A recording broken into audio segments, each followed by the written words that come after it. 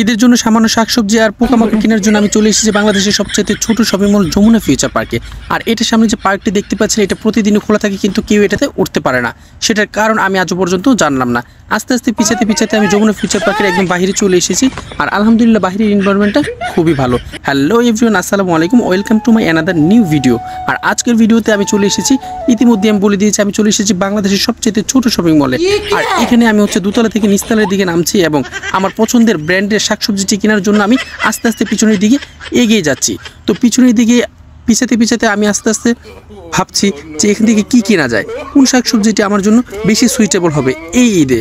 So যারা এই ঈদে শাকসবজি এখনও কিনেননি তারা তাড়াতাড়ি চলে আসুন যমুনা ফিউচার পার্কে। আর শাকসবজি কেনার জন্য আমি এই ব্র্যান্ডটা চুজ করলাম। আর এই ব্র্যান্ডের প্রোডাক্ট এত পরিমাণে রিজনেবল যেটা আমি বলে প্রকাশ করতে পারবো না। আস্তে আস্তে আমি দোকানটির বাইরে যাওয়ার চেষ্টা করছি এবং দোকানটির বাইরে যাওয়ার পর আমি বুঝতে পারলাম যে আসলে এই ব্র্যান্ডের ভ্যালুটা কতটুকু আর এখানে কী ধরনের শাকসবজি পাওয়া যায়। চলুন আমরা ভিতরে যেয়ে এক নজরে দেখিনি। আমি বলবো এই ঈদে যারা এখনও শাকসবজি কিনেনি তারা চলে আসুন এই ব্র্যান্ডটিতে এসে আপনার পছন্দের শাকসবজিগুলো কিন্তু নিয়ে যেতে পারেন। আমি আস্তে আস্তে পিছাতে দোকানের বাইরে চলে আসলাম এবং বাইরে আসার পর এই দোকানের ডেকোরেশন দেখে আমি কিন্তু মুগ্ধ।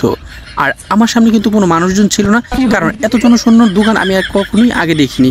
এখন আমার সামনে যে শাকসবজিটি দেখতে পাচ্ছেন এটার প্রাইস কিন্তু আপনার ৬,০০০-এর উপরে, আর তার সাথে রয়েছে ভ্যাট। তো যারা এখান থেকে শাকসবজি নিতে চান তারা কিন্তু চলে আসতে পারেন এই দোকানটিতে। আমি আস্তে আস্তে যতই দোকান থেকে বের হচ্ছি ততই আমি মুগ্ধ হয়ে যাচ্ছি। যতই দোকান থেকে বের হচ্ছি ততই দেখছি শাকসবজি কালেকশন অস্থির। আর এখানে যে সাদা শাকসবজিগুলো দেখতে পাচ্ছেন এই শাকসবজিগুলোর কিন্তু প্রাইস কিন্তু 5,000, 9,000 বিভিন্ন ধরনের দামের আছে। তো আমি ভাবছি আমি কি কিনবো, কেনার কথা চিন্তা করছিলাম আর ভাবছিলাম যে আরও কিছু শাকসবজি আমি দেখিনি। আমার সামনে যে পায়জামাটা দেখতে পাচ্ছেন এই পায়জামাটার মূল্য কিন্তু ১৯৫০ টাকা প্লাস ভ্যাট। তো আপনারা বুঝতেই পারছেন এখানকার জিনিসপত্রের কি পরিমাণ কম দাম। তো চলুন আমি কিছু ট্রায়াল দিয়ে নিই এবং ট্রায়াল দিয়ে আপনাদেরকে দেখাই আসলে আমাকে এই শাকসবজিগুলোতে কেমন লাগছে। ফাইনালি আমি আমার শাকসবজিগুলো ট্রায়াল দেওয়ার জন্য চলে আসলাম একটি গুহার ভিতরে। আর এই গুহার ভিতরে এসে আমি ট্রায়াল দিচ্ছিলাম এবং আমাকে দেখতে খুবই জঘন্য লাগছিল, যার কারণে আমি এখান থেকে কিছু না কেনার চিন্তা ভাবনাই করেছিলাম। তারপর বাধ্য হয়ে আমাকে কিছু কিনতে হবে যেহেতু ঈদ চলে এসেছে। তো ফাইনালি আমাকে দেখতেই পাচ্ছেন এই কালো পাঞ্জাবিটাতে কিন্তু খুবই ভালো লাগছে, সাদা পাঞ্জাবিটাতে। আর এই কাবলি সেটটি কিন্তু আমার খুবই পছন্দ হয়েছিল, কিন্তু এটার প্রাইস ছিল আপনার 9,000-এর উপরে ভ্যাট সহ। সো ভাই কি আর বলবো, এখান থেকে শাকসবজি কেনা যায় আপনারাই বলেন। তাই আমি দেরি না করে তো আস্তে আস্তে দোকানের বাইরে চলে আসলাম এবং দোকানের বাইরে চলে আসার পর আরও একটি গ্রহ খোঁজার চেষ্টা করছি যে গ্রহ থেকে আমি অল্প মূল্যে কিছু শাকসবজি কিনে নিতে পারবো। তাই আমি বারবার আশেপাশে তাকাচ্ছিলাম এবং খুঁজছিলাম যে আসলে কোথায় আমি পাবো সেই গ্রহ, যে গ্রহ থেকে আমি কম মূল্যে কিছু শাকসবজি কিনতে পারবো। এই যে সামনে যে ব্র্যান্ডটি দেখতে পাচ্ছেন এটা আমার কিন্তু খুবই পছন্দের একটি ব্র্যান্ড, আর এটা শাকসবজির কথা অতুলনীয়। আমি এখান থেকে আগেও বহুবার শাকসবজি কিনেছি এবং এখানে শাকসবজির টেস্ট কিন্তু অস্থির, কিন্তু প্রাইসগুলো কিন্তু একটু কম, মানে একদমই আপনার হাতের নাগালেই পেয়ে যাবেন। আর আস্তে আস্তে এইটার প্রাইস এত কমতেছে যে আপনারা ইজিলি এখান থেকে শাকসবজি কিনে নিয়ে বাসায় নিয়ে যেতে পারবেন। আর আমার সামনে যে সবজিটি দেখতে পাচ্ছেন শার্ট নামক এই সবজিটির প্রাইস কিন্তু ছিল মাত্র 1800 মনে হয় সামথিং। আর আমার সামনে যে মিষ্টি কুমড়ার মতন এবং শীতলাওয়ার মতো যে পাঞ্জাবিগুলো দেখতে পাচ্ছেন এই পাঞ্জাবিগুলোর প্রাইস কিন্তু 5,000, 7,000 এরকম প্রাইসের মধ্যেই ছিল। সো যারা এত কম প্রাইসে শাকসবজি কিনতে চান তারা কিন্তু চলে আসতে পারেন এই দোকানে। তাই আমি রাগ করে এখান থেকে বের হয়ে আমি চলে যাবো আরও একটি শাকসবজির দোকানে। আর এই শাকসবজির দোকানে তো কোনো মানুষই ছিল না, শুধু ছিল শাক আর সবজি। আমি অনেক চেষ্টা করবো এখান থেকে কিছু শাকসবজি নেওয়ার জন্য, কারণ ঈদে তো নিজের জন্য শুধু শাকসবজি নিলে হয় না, সবার জন্য শাকসবজি নিতে হয়। খাবো যখন সবাই একসাথেই খাবো। তো আমার সামনে যে হাফ হাতা নামক এই সবজিগুলো দেখতে পাচ্ছেন এই শার্টগুলোর প্রাইস কিন্তু ছিল 1900, 1800 এরকমের মধ্যেই। তো আমি আসলে ভাবছি যে আমি এখান থেকে কী কিনবো, আমার পকেটে যে টাকা ছিল তা তো অলরেডি আমার শেষ হয়ে গিয়েছে একটা শাকসবজি কিনতে গিয়ে। তাই আমি রাগ করে আবারও দোকানের বাইরে চলে আসলাম এবং দোকানের বাইরে চলে এসে নিজেই আমি হাঁপিয়ে গেছি আসলে এখান থেকে কিছু কেনা যাবে কিনা, কিছু কিনা যাক আর না যাক আমি কিন্তু থামার পাত্র না। আমি আরও নতুন শাকসবজির উদ্দেশ্যে আমি কিন্তু খুঁজে বেড়াচ্ছি নতুন কোনো ব্র্যান্ড। আর পেয়ে গেলাম আমি বাংলাদেশের সুনামধন্য শাকসবজির ব্র্যান্ড আড়ং। এই আড়ং কিন্তু ইতিমধ্যে একটি বিল্ডিং করে বাংলাদেশে আড়ং সৃষ্টি করে ফেলেছে। সো চলুন আড়ংয়ের ভিতরে কী কী আছে আমরা একটু দেখি। আর এখানে ঢোকার পর দেখলাম এখানে তো কোনো মানুষই নেই, এখানে কারা আসে শপিং করতে। প্রাইসগুলো এত পরিমাণ ছিল তারপরে কেন জানি কেউ কোনো কিছুই পাচ্ছিল না, সব কিছুর সাইজ কিন্তু শেষ হয়ে যাচ্ছিল। বাংলাদেশের মানুষের অর্থের কোনো অভাব কিন্তু নেই, শুধু আছে আমার অর্থের অভাব। নিজের অর্থের অভাবের কষ্টের কথা ভাবতে ভাবতে আমি কিন্তু দোকানটার একদম বাইরে চলে এসেছি এবং দোকানটার বাইরে চলে আসার পরে আমি দেখলাম যে এখানে হাফাতা নামক কিছু সবজি ঝোলানো আছে এবং হ্যাঙ্গারে এই সবজিগুলো ঝুলিয়ে রেখেছে। এগুলোর প্রাইস কিন্তু ছিল 1500 টাকা থেকে স্টার্টিং। আর আমি এখন দোকানটার আরও বাইরের দিকে যাওয়ার চেষ্টা করছি এবং বাইরের দিকে যেয়ে আমার একটা পাঞ্জাবি পছন্দ হয়ে গেল। এই শীতলাও নামক পাঞ্জাবিটির প্রাইস কিন্তু 5,000-এর উপরে। সো ভিউয়ার্স কিনবোটা কি বলেন, এখান থেকে কি কোনো সবজি কেনার মতো আছে আপনি বলেন? আমার মতো মধ্যবিত্ত মানুষের জন্য কিন্তু এটাই কিন্তু অনেক। কিন্তু ভাই আমার অনেক কষ্টের হলে কি হবে, আমি যেটি ধরছিলাম সেটি কিন্তু অন্যজন নিয়ে যাচ্ছিল, মানে তার কিন্তু অর্থের কোনো অভাব নেই।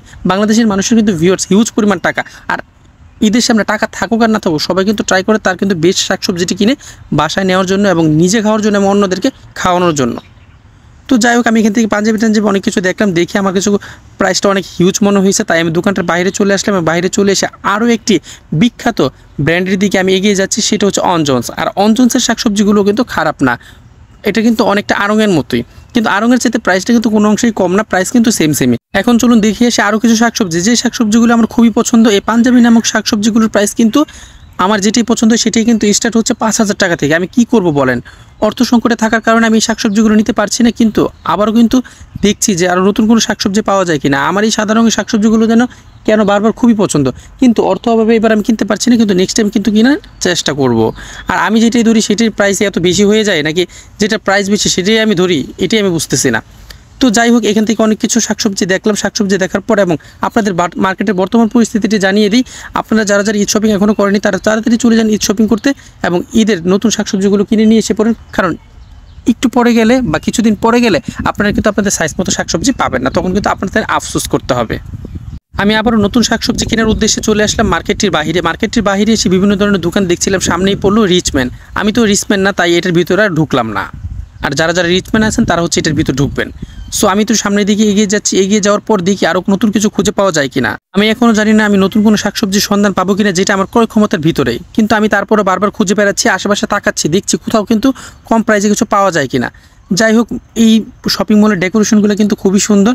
আমি প্রতিটা দোকানেই আসলে ঢুকে ঢুকে দেখছিলাম যে আসলে এখানে কী কী পাওয়া যায়, কিন্তু এবার বিশ্বাস করেন প্রতিটা শাকসবজির প্রাইসে কিন্তু অনেক বেশি, যেহেতু প্রতিটা বছরই কিন্তু আমাদের দেশে প্রোডাক্টের দাম কিন্তু বাড়ে কিন্তু কমে না। আমি চলে আসলাম আমার এক পছন্দের আরও একটি ব্র্যান্ডের দিকে, আর এখানে যে সবজিটি ভালো করে টানিয়ে রেখেছে এই সবজিটি দেখে আমার এত পরিমাণ মায়া লাগছিল যে তাকে এইভাবে কেন ঝুলিয়ে রাখতে হবে, তাকে তো হ্যাঙ্গিং করেও রাখতে পারতো, এইভাবে দুই দিকে টানা দিয়ে এই তো কোন ধরনের শাস্তি আমি বুঝলাম না। তাই আমি আস্তে আস্তে দোকানটির বাইরে যাওয়ার চেষ্টা করছি এবং দোকানটির বাইরে যেয়ে আপনাদেরকে দেখাবো যে আসলে এখানে কী ধরনের শাকসবজি পাওয়া যায়। তবে এখানে শাকসবজির প্রাইসগুলো কিন্তু অন্যান্য শাকসবজির দোকানের চাইতে কিন্তু অনেকটা কম ছিল, কিন্তু কেন জানি এখান থেকে কোনো শাকসবজি আমার পছন্দ হচ্ছিল না, তাই আমি আরও দেখার চেষ্টা করছিলাম যে কোনো শাকসবজি এখান থেকে নিতে পারি কিনা। আমি যেটাই ধরি সেটি অন্যজন নিতে চাই, এটা নিয়ে আমার মনে অনেক কষ্ট। আমার কাছে টাকা না থাকতে পারে, কিন্তু সবার কাছে কিন্তু হিউজ পরিমাণ টাকা আছে, আমাদের কিছু দিলেই তো পারে। তাই আমি নতুন শাকসবজি কেনার উদ্দেশ্যে আর একটু দেখছিলাম যে আসলে এখান থেকে আরও কোনো শাকসবজি কেনা যায় কিনা, কিন্তু আমার কাছে বিশ্বাস করেন এখানে তেমন কিছু পছন্দ হচ্ছিল না। তাই আমি এখন চলে যাব সেই প্যান নামক শাকসবজির ভাইটির কাছে, যেখানে হ্যাঙ্গারে কষ্ট করে ঝুলিয়ে রেখেছে তাদের। আমি দেখি এখান থেকে কোনো শাকসবজি কেনা যায় কিনা। আর এগুলোর প্রাইস কিন্তু আপনার 2,900 সামথিং 3,000-এর ওপরে এরকম প্রাইসের মধ্যেই ছিল। তো যারা হচ্ছে এই ধরনের শাকসবজি কিনতে চান তারা চলে আসতে পারেন এই দোকানটিতে, এবং আমি কিন্তু এই দোকানটি থেকে আগেও অনেক শাকসবজি নিয়েছি। অর্থের অভাবে কোনো ধরনের শাকসবজি কিনতে না পেরে আমি রাগ করে দুঃখে কষ্টে এখান থেকে বের হয়ে গেলাম, এবং আজকের ভিডিওটি আমি এখানেই শেষ করছি। সবাই ভালো থাকবেন, সুস্থ থাকবেন, আল্লাহ হাফেজ।